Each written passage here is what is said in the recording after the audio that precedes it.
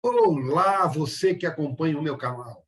Antes da nossa entrevista de hoje, eu quero primeiro te agradecer por estar sempre aqui acompanhando o TV Saudade Entrevista. Agora, se você gostar do nosso trabalho, se você gostar da nossa entrevista, dá um like, faça um comentário, compartilhe as nossas entrevistas, faça perguntas, sim que é possível, eu vou responder. Se souber, eu respondo na hora. Se não souber, eu vou buscar a resposta para te dar. E também se inscreva, porque se inscrevendo, você ajuda o canal a crescer, você ajuda a trazer melhor conteúdo para você e mais. Você recebe automaticamente a mensagem, a informação do novo conteúdo que acaba de chegar. Então, curte aí. Vamos agora à nossa próxima entrevista.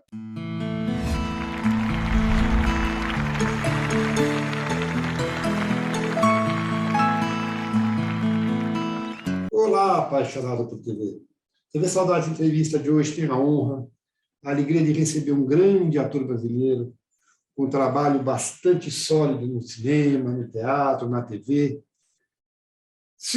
Simpaticamente nos atendeu no leito do hospital, sofreu um acidente e tinha marcado essa entrevista comigo, e mesmo assim topou fazer a entrevista. Muito obrigado, viu, Breda? Te desejo muita sorte. Eu estou falando com o Marcos Breda. Prazer, o prazer é todo meu, te agradeço pelo convite, desculpa a iluminação que não é ideal, os trajes menos ainda, que é um guarda-pó de hospital, eu estou aqui deitado no meu leito, porque eu estou com uma fratura no fêmur, uma luxação no ombro, estou todo ferrado, mas estou online. Ferrado, mas online. Isso é o nome de um programa, né? Ferrados Online. Dá o nome do programa. Eu te agradeço a disponibilidade justamente mais ainda por isso, viu, Breda? Muito obrigado de verdade. É nóis. Eu gosto de começar a entrevista. Bom, primeiro é o seguinte, Marcos Breda, você é Marco Antônio Dornelles Breda, é isso? Tem algum parentesco com Walter? Walter Breda, eu já conversei com ele sobre isso. O que acontece é que os Breda nordestinos são oriundos das invasões holandesas, é a família Breda holandesa. E os Bredas do Sul são oriundos da família Breda dos imigrantes italianos. Então, eu e ele, apesar de termos o mesmo sobrenome, nosso parentesco, se existir, é muito longínquo. Ele é muito mais chique, ele é holandês, eu sou apenas um italiano. Mas ele é meu amigo e é um ator que eu não é só no demais. nome que vocês são semelhantes, eu acho o Breda tão talentoso quanto você. Imagina, ele é meu irmão mais velho. O Breda, eu começo sempre perguntando pelo começo. Quando é que o pequenininho Marco se interessou pelo universo artístico? Quando ele tomou a decisão que seria artista? E qual foi a tua trajetória? Você estudou? Ou foi hora de voo? Como é que é isso? Na verdade, a minha trajetória foi bastante entrecortada, sinuosa. Eu fiz vestibular para engenharia mecânica, isso em 1978. Eu queria ser engenheiro mecânico. No meio da faculdade de engenharia mecânica, eu descobri que não era isso, que meu negócio era engenharia de Minas, que é uma mistura de engenharia civil com geologia. Aí cursei mais 2 anos de engenharia de Minas, quando eu descobri que também não era isso. Só que nessa época eu já estava começando a ensaiar minha primeira peça de teatro. Por quê? Porque a primeira vez que teatro apareceu na minha cabeça como uma fascinação, como uma possibilidade, não de trabalho, mas de transcendência do meu entendimento, etc., foi quando eu fui assistir, no final dos anos 70, o pessoal do Asdrubal trouxe o trombone fazendo Tratimilhão. Isso é uma coisa bem geracional. Todos os caras que hoje, as mulheres, que hoje têm mais de 60 anos, quando tinham 20 anos, 19, 21, 18, foram, quem gostava de teatro, evidentemente, foi influenciado pelo Asdrubal e sua extraordinária explosão de criatividade, não só com Tratimilhão, o Inspetor Geral, mas também com aquela coisa toda, com A Farra da Terra, enfim, toda aquela obra que o Asdrubal construiu, e eles também formaram legiões de atores Brasil afora nas suas famosas oficinas, e o meu grupo de teatro em Porto Alegre nasceu numa dessas oficinas. Eu me interessei em teatro a partir do dia que eu vi Trote-Milhão, e comecei a ensaiar minha primeira peça na metade de 1981. Na verdade, antes, em 1980, eu estava ensaiando uma peça chamada Coração de Cristal, uma peça infantil. Todos eram novatos, iniciantes, que não deu certo, a peça acabou, os ensaios acabaram, não aconteceu nada. Mas na metade de 81 eu comecei a ensaiar essa peça, Mahatsad, do Peter Weiss, com direção do Néstor Monastério, e essa peça estreou 25 de março de 1982. E, portanto, 40 anos se passaram agora, 25 de março passado, e foi a minha primeira peça de teatro. E aí eu continuei trabalhando como ator em Porto Alegre, de 82 a 86, fazendo teatro, cinema, televisão, lá em Porto Alegre, até que teve um teste em São Paulo para fazer um longa-metragem chamado Feliz Ano Velho. Caos! Vou descobrir o tesouro que se escondeu lá embaixo!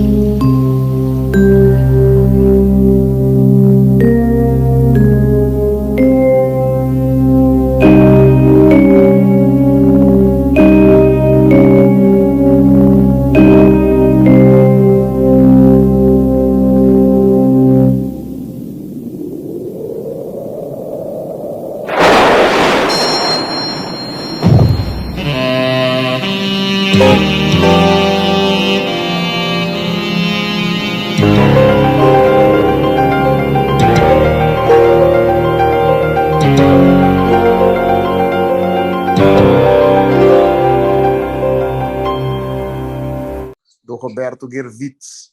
E eu fiz o teste para esse filme, fui escolhido para ser o protagonista, me mudei para São Paulo, eu fiz esse longa-metragem e nunca mais voltei para Porto Alegre, porque logo em seguida eu me mudei para o Rio de Janeiro para fazer uma novela da Manchete chamada Helena.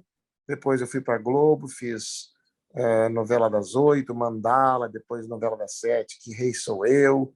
Depois, isso 88, 89, 90 eu fiz uma novela das 6 chamada Gente Fina, 91 fiz uma novela das 7 chamada Vamp. Depois disso eu continuei perambulando, voltei para a Manchete, fui para o SBT, voltei para a Globo, fui para a Manchete de novo, voltei para a Globo, fui para Bandeirantes, fui para a Record. Assim, meus filhos dizem, pô, pai, tu é mais rodado que pratinho de micro-ondas.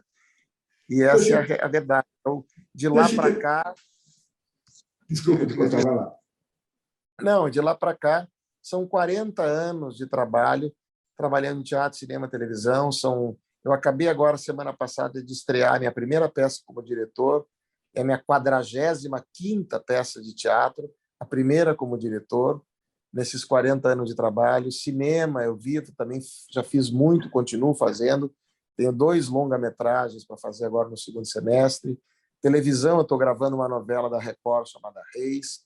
No final do ano passado, eu estava gravando uma novela da Globo chamada Além da Ilusão. Então, eu trabalho assim ininterruptamente em teatro, cinema, televisão.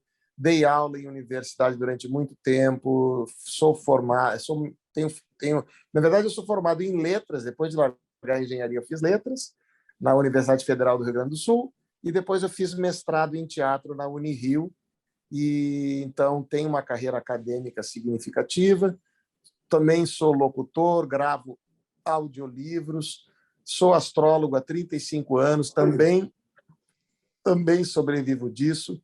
Então, eu sou um cara que ataca em várias frentes. Eu sou aquele ponta-direita que cruza para a área e vou para a área cabecear como centroavante, basicamente. Gremista ou colorado? Colorado, lógico, né? Em cima do teu relato, deixa eu te fazer algumas perguntas. Então, você não pensava em ser ator até você assistir Asdrubal em Porto Alegre? Em Porto Alegre.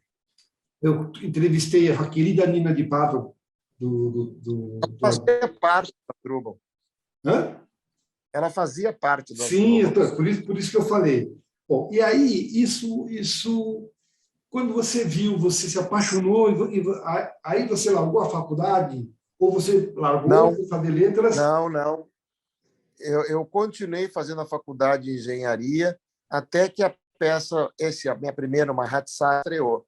E aí eu larguei a faculdade de engenharia e passei a fazer letras ainda no ano de 82 e vim a me formar em 86 em letras na Universidade Federal. Eu, além de ator de teatro, eu estudei inglês durante muito tempo, eu era professor de inglês.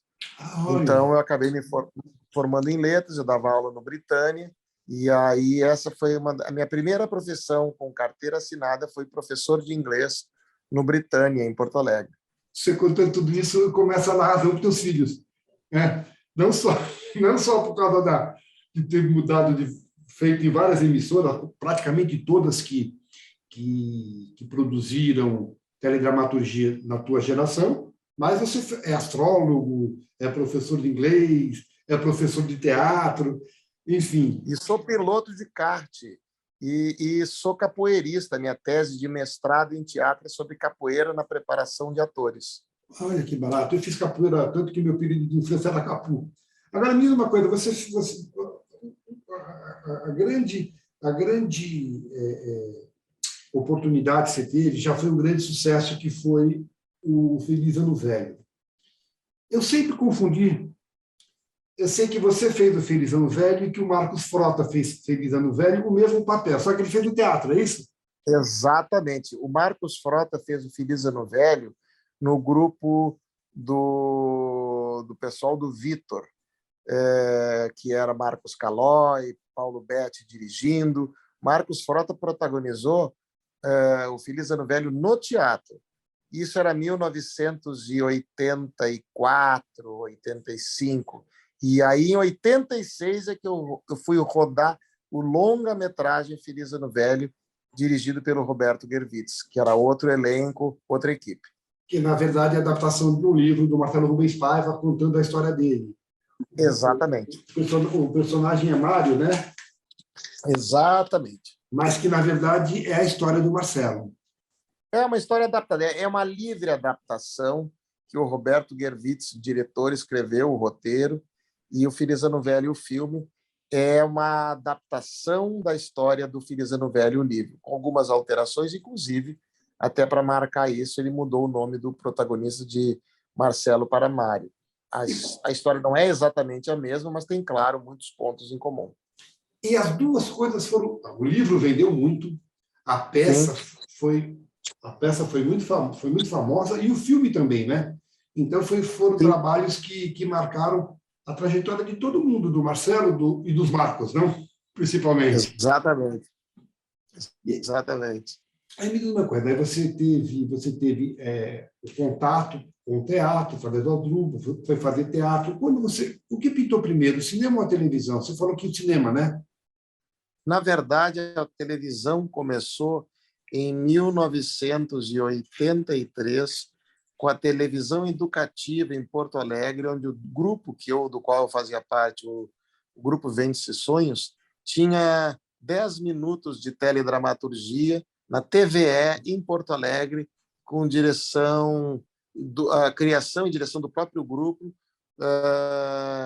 mas quem fazia parte da equipe também, um programa chamado Kizumba, que era onde nós tínhamos esses 10 minutos por dia, despontavam nomes como Jorge Furtado, José Pedro Goulart, Giba Assis Brasil, essa turma. Então, todos nós éramos garotos de 20 e poucos anos, e o meu primeiro trabalho em televisão foi na televisão educativa Porto Alegre, num programa chamado Kizumba. Logo em seguida, eu fiz meu primeiro longa-metragem em 35mm, chamado Verdes Anos, que era dirigido pelo Carlos Gerbasi e o Giba Assis Brasil. E isso tudo fazendo cinema, teatro e televisão em Porto Alegre. E até que meu último trabalho em Porto Alegre foi em teatro, foi o Bailei na Curva, que é um imenso sucesso, o maior sucesso da história do teatro gaúcho. E depois disso que eu me mudei para São Paulo para fazer o Feliz Ano Velho, e depois para o Rio de Janeiro para fazer Helena, uma novela da Manchete, e depois eu comecei minha peregrinação por todas as emissoras de televisão, Manchete, Globo, SBT, Record, Bandeirantes. Eu fui e voltei para todas elas várias vezes, trabalhei com dezenas de projetos de cinema diferentes, com dezenas de diretores diferentes, dezenas de peças de teatro diferentes, com diretores, equipes, elencos diferentes.